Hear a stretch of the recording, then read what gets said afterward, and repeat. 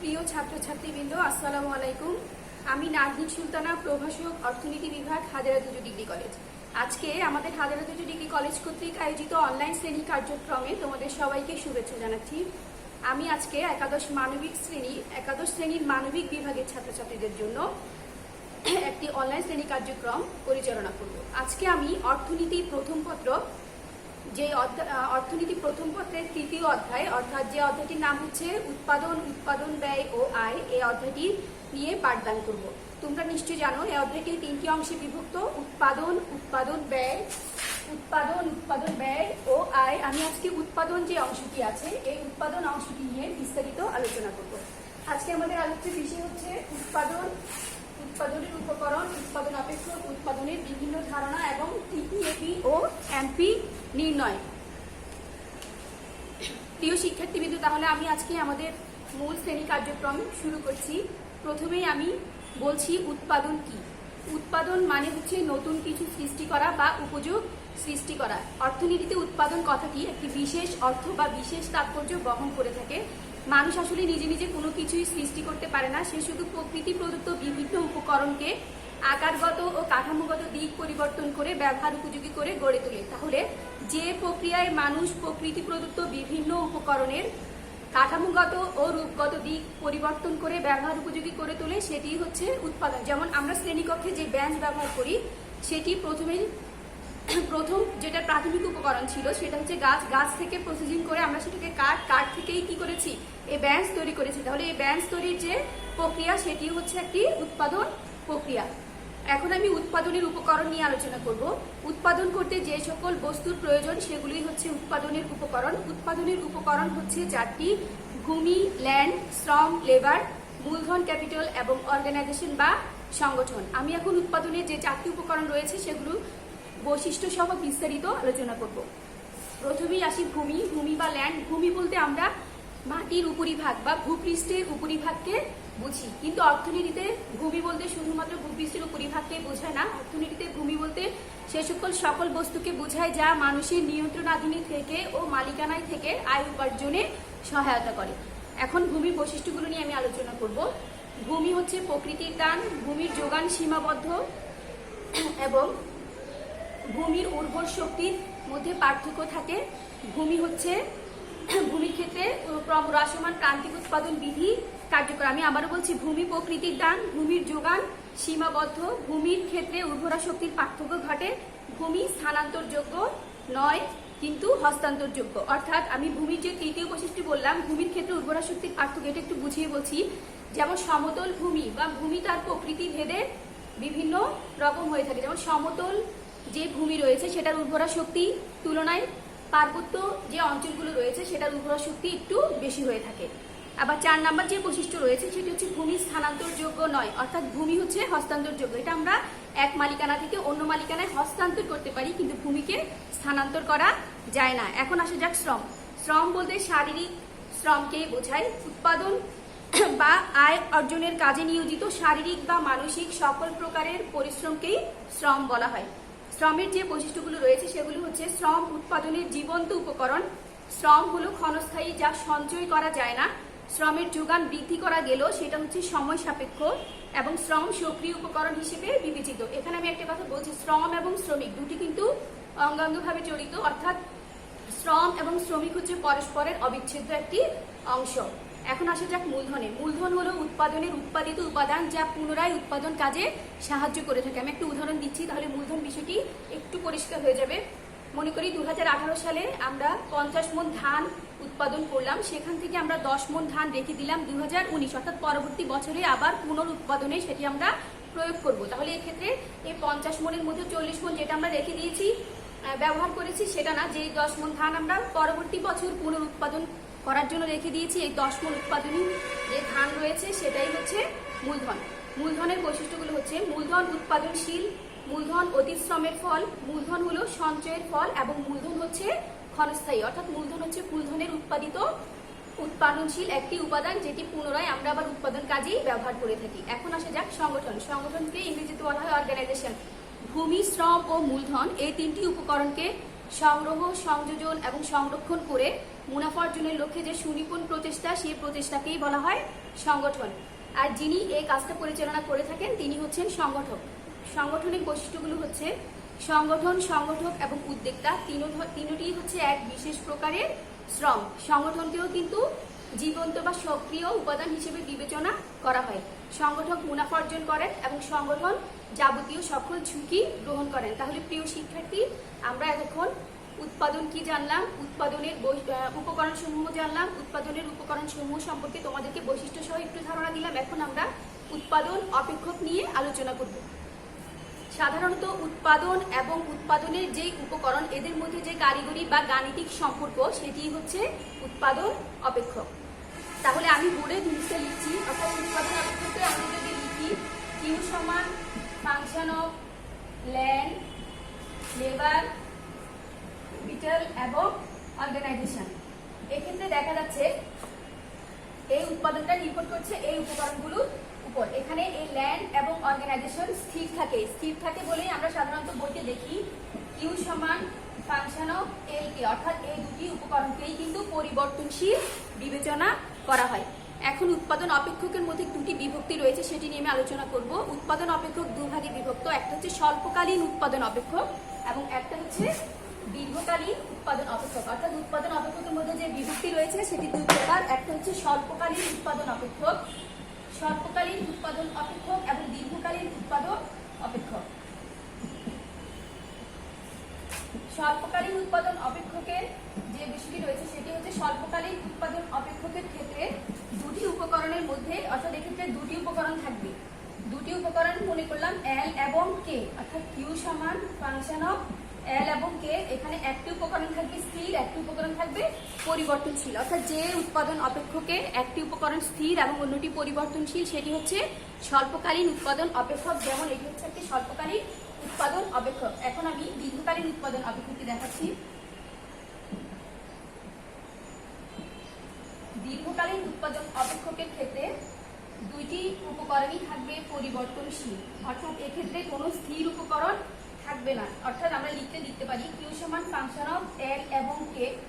এক্ষেত্রে এলও পরিবর্তনশীল, কেও পরিবর্তনশীল। অর্থাৎ যে উৎপাদন অপেক্ষকে দুটি উপকরণই পরিবর্তনশীল এবং কোনো স্থির উপকরণ থাকবে না, সেটি হচ্ছে দীর্ঘকালীন উৎপাদন অপেক্ষক। এখন আমরা উৎপাদনের খুব গুরুত্বপূর্ণ তিনটি ধারণা সম্পর্কে আলোচনা করব।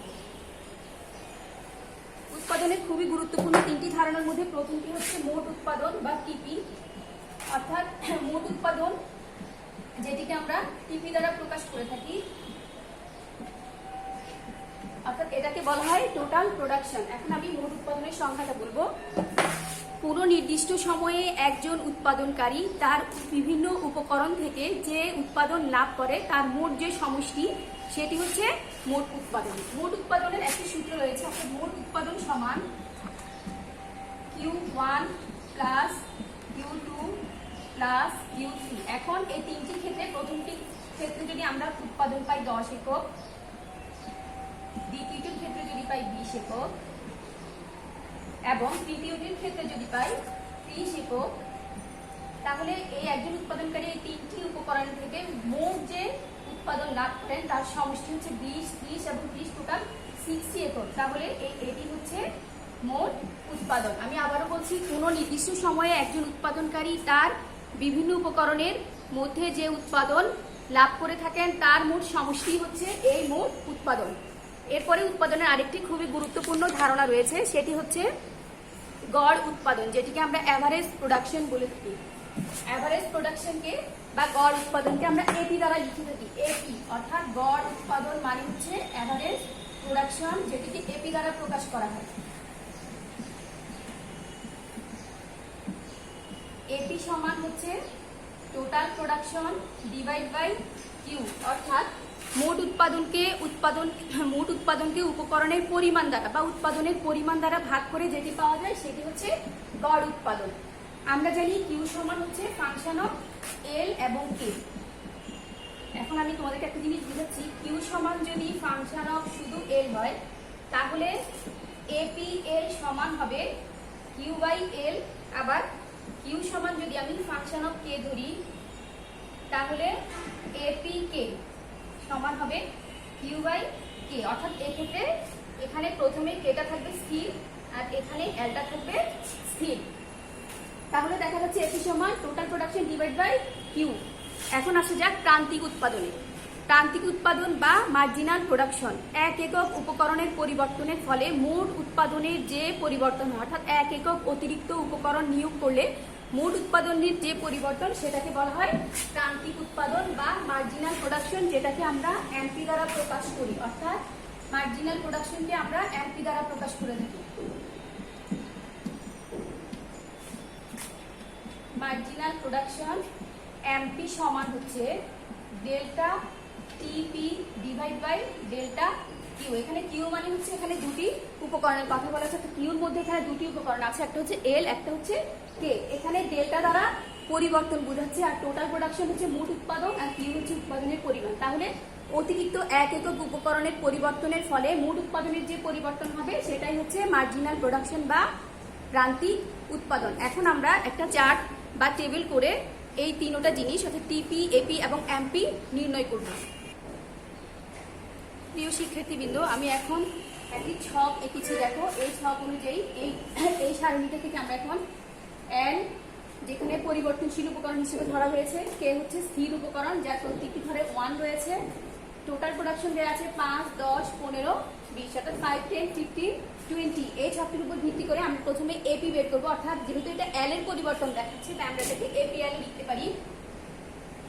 এক্ষেত্রে আমি দেখাচ্ছি, এখানে আমি একটা সূত্র লিখেছি। দেখো, টিপি ডিভাইড বাই এল, অর্থাৎ এখানে কিউ সমান ফাংশন অফ এল কে হলেও কেটা হচ্ছে স্থির কিন্তু এলটা হচ্ছে পরিবর্তনশীল, তাই আমি এখানে এল লিখেছি। এখন দেখো, এই সূত্র অনুযায়ী এখানে যদি আমি বসাই তাহলে টোটাল প্রোডাকশনের প্রথম ঘরে যেটা আছে সেটা যদি বসাই তাহলে 5কে আমি যদি 1 দিয়ে ভাগ করি তাহলে এখানে 5ই আসছে। দেখো, সেম ভাবে 10 দিয়ে 2 কে ভাগ করলেও 5 আসবে, অর্থাৎ এক্ষেত্রে প্রত্যেকটা ঘরেই কত আসবে? 3, 5, 15, এখানেও 5 আসবে, 4, 5, 20, এখানেও 5 আসবে। অর্থাৎ মোট উৎপাদনকে উৎপাদনের পরিমাণ দ্বারা যদি আমরা ভাগ করি, অর্থাৎ উৎপাদনের পরিবর্তনীয় উপকরণ দিয়ে যদি আমরা ভাগ করি তাহলে যেটা আসবে সেটাই হচ্ছে গড় উৎপাদন, অর্থাৎ এভারেজ প্রোডাকশন। এখন আমি এমপিএল বের করব। খেয়াল করো, এমপিএল এর সূত্র যে সংজ্ঞাটি ছিল সেটা হচ্ছে এক একক অতিরিক্ত উপকরণ নিয়োগের ফলে মোট উৎপাদনের যে পরিবর্তন। খেয়াল করো, তাহলে প্রথম ঘরে আমার শ্রমের যেহেতু এখানে পরিবর্তনশীল উপকরণ হিসেবে বিবেচ্য, প্রথম ঘরে 1 একক ছিল আমার শ্রমের নিয়োগ। এখন আমি 1 থেকে যখন 2 এ নিয়োগ পরিবর্তন করলাম তাহলে একক বাড়লো কত? 1। এখন এই 1টাকে যদি আমি ভাগ করি, এখানে প্রথম ঘরে যেহেতু মোট উৎপাদনের কোনো পরিবর্তন নাই তাহলে প্রথমটা নিশ্চয়ই 5ই হবে। অর্থাৎ প্রথমেই যখন আমি টিপিএল থেকে বা টিপি থেকে এমপিএল বের করব তখন কি হবে? টিপি প্রথম ঘরে যা, এমপি প্রথম ঘরে আমি তা লিখে ফেলবো। তাহলে লিখলাম। এবার আসলে সূত্রের সাহায্যে যদি আমি বের করি কিন্তু সেম আসবে। যেমন পরিবর্তনশীল উপকরণ এল যখন 1 থেকে 2 এ বৃদ্ধি হলো তখন মোট উৎপাদন 10 থেকে 5 থেকে বেড়ে হলো 10। তাহলে আমি এটাকে কি করবো? এখন যদি আমি 10 থেকে অর্থাৎ দ্বিতীয় ঘর থেকে প্রথমটা বিয়োগ করি তাহলে কিন্তু এখানে সেম মান আসবে। অর্থাৎ এক্ষেত্রে উৎপাদনের পরিবর্তনটা হচ্ছে কত? 5। এখানে 5 লিখছি। এখানে প্রত্যেকটা ঘরেই কিন্তু উৎপাদনের পরিবর্তন হবে 5। কিন্তু তোমরা সূত্র ইউজ করেও লিখতে পারো, অথবা টিপিএল এর প্রথম ঘরে যা, এমপিএল বের করার সময় প্রথম ঘরে আমরা তা লিখে ফেলবো, তারপর দ্বিতীয় ঘর থেকে প্রথমটা মাইনাস করবো, তারপর তৃতীয় ঘরটা থেকে দ্বিতীয়টা মাইনাস করবো, চতুর্থ থেকে তৃতীয়টা মাইনাস করে করে আমরা বের করবো। তাহলে প্রিয় শিক্ষার্থীরা, আশা করি তোমরা এভাবে টিপি, এপি এবং এমপির মানগুলো, টিপির মানগুলো দেওয়া থাকলে এপি এবং এমপি বের করতে পারবে। এখন আমি এই ছক অনুযায়ী তোমাদেরকে টিপি রেখাটাই অঙ্কন করে দেখাচ্ছি। তোমরা একই রকম ভাবে বাসায় এপি এবং এমপি রেখাটা অঙ্কন করবে। দেখো, এক্ষেত্রে আমাদের টিপির মানগুলো কি? এখানে টিপির মানগুলো হচ্ছে 5, 10, 15, 20। এখন আমরা প্রত্যেকটা ঘর সমান দূরত্বে নিব। দেখা যাচ্ছে লম্ব অক্ষে আমি ধরলাম টিপি বা টোটাল প্রোডাকশন। টোটাল প্রোডাকশনকে আমরা লম্ব অক্ষে দেখালাম, আর ভূমি অক্ষে দেখালাম কি? এই যে উৎপাদনের উপকরণ, অর্থাৎ উৎপাদনের যেটা পরিবর্তনশীল উপকরণ সেটা হচ্ছে এল। এল যেহেতু পরিবর্তনশীল উপকরণ তাই এখানে আমি এল লিখে কেটার উপর একটা টান দিয়েছি, কারণ এখানে কেটা স্থির আছে। তাহলে দেখা যাচ্ছে আমাদের নিয়োগের পরিমাণ ছিল 1, 2, 3, 4। এটাকে আমি 4টা ভাগে ডিভাইড করলাম। এখন আমি চিত্র অঙ্কন করবো। দেখা যাচ্ছে এল যখন 1, আমাদের মোট টোটাল প্রোডাকশন ছিল 5 একক। এখন আমি এখান থেকে একটা ভূমি থেকে টান দিব, লম্বা একটা টান দিব। তাহলে এখানে একটা বিন্দু দিলাম। যখন আমি আমাদের নিয়োগের পরিমাণ বাড়ালাম, আমাদের শ্রমিকের নিয়োগ বা শ্রমিক নিয়োগ বাড়ালাম 1 থেকে 2, তখন আমাদের উৎপাদন বেড়ে দাঁড়ালো কত? 10 একক। শ্রমিকের নিয়োগ যদি আমি আরো বাড়াই, অর্থাৎ 3 একক হয়, তাহলে উৎপাদন বেড়ে হয় 15 একক। এভাবে শ্রমিকের নিয়োগ আরো বাড়িয়ে যদি 4 একক করা হয়, তাহলে উৎপাদন আরো বেড়ে হয় 20 একক। এখন আমি 4টা থেকে যে বিন্দু পেলাম সেই বিন্দুগুলো যোগ করে দিব। যোগ করে দিলে যে রেখাটি পাবো সেটা হচ্ছে টোটাল প্রোডাকশন কার্ভ, এবং এই বিন্দুগুলোকে আমি এ, বি, সি এবং ডি দ্বারা যুক্ত করলাম। এখন আমি রেখার যে চিত্রটা আমরা অঙ্কন করলাম, পরীক্ষায় যদিও আসে চিত্র অঙ্কন করে, কিন্তু বর্ণনাও দিতে হবে। আমি বর্ণনাটা একটু বলে দিচ্ছি। চিত্রে ভূমি অক্ষে উৎপাদনের উপকরণের নিয়োগ দেখানো হয়েছে এবং লম্ব অক্ষে মোট উৎপাদন দেখানো হয়েছে। এতটুকু আমরা লিখবো। তারপর আমরা লিখবো শ্রমিকের নিয়োগ যখন 1 একক বা উপকরণের নিয়োগ যখন 1 একক, মোট উৎপাদন 5 একক, যা এ বিন্দু দ্বারা যুক্ত করা হয়েছে। এরপর শ্রমিকের নিয়োগ যখন বাড়িয়ে 2, 3 ও 4 করা হয়, আমাদের উৎপাদনের পরিমাণ অর্থাৎ মোট উৎপাদনের পরিমাণও কিন্তু বেড়ে ক্রমান্বয়ে 10, 15 এবং 20 হয়, যা যথাক্রমে বি, সি ও ডি বিন্দু দ্বারা যুক্ত করা হয়েছে। এখন এ, বি, সি ও ডি এই 4টা বিন্দু যুক্ত করে আমরা বাম থেকে ডানে ঊর্ধ্বগামী যে রেখাটি পাবো সেটা হচ্ছে টিপি বা টোটাল প্রোডাকশন কার্ভ। তাহলে শিক্ষার্থী বন্ধুরা, তোমরা বাসায়, আমি এখানে যে ছকে যে মানগুলো বের করলাম সেগুলো আমি শ্রমের পরিবর্তন সাপেক্ষে বের করেছি। তোমরা বাসায় এটা একটা এসডব্লিউ করবে, যেখানে এই শ্রমটা ধরবে স্থির আর মূলধনটা ধরবে কি পরিবর্তনশীল। এবং এই চার্টে আমি তো টিপিএল একে দেখালাম আজকে, তোমরা বাসায় এপিএল এবং এমপিএল লাগবে, যেখানে যেমন এই সূচিটাতে যেহেতু মানগুলো স্থির, অর্থাৎ প্রত্যেকটা ধরের মান 5, এই দুটি রেখাই কেমন আসবে, ভূমি অক্ষের সমান্তরাল আসবে। তাহলে শিক্ষার্থী বন্ধুরা, আমি আজকে আমাদের তৃতীয় অধ্যায়ের যে উৎপাদনের অংশটা আছে সেটা বিস্তারিত তোমাদের সামনে তুলে ধরার চেষ্টা করেছি। আশা করি তোমরা বাসায় অনুশীলন করবে এবং খুব সুন্দর করে, খুব সহজে উৎপাদনের অংশটা নিজেদের মধ্যে ধারণ করতে পারবে। খুব শীঘ্রই আমি এই অধ্যায়ের দ্বিতীয় ক্লাস নিয়ে তোমাদের সামনে উপস্থিত হব। সে পর্যন্ত ভালো থাকো, সুস্থ থাকো, আল্লাহ হাফেজ।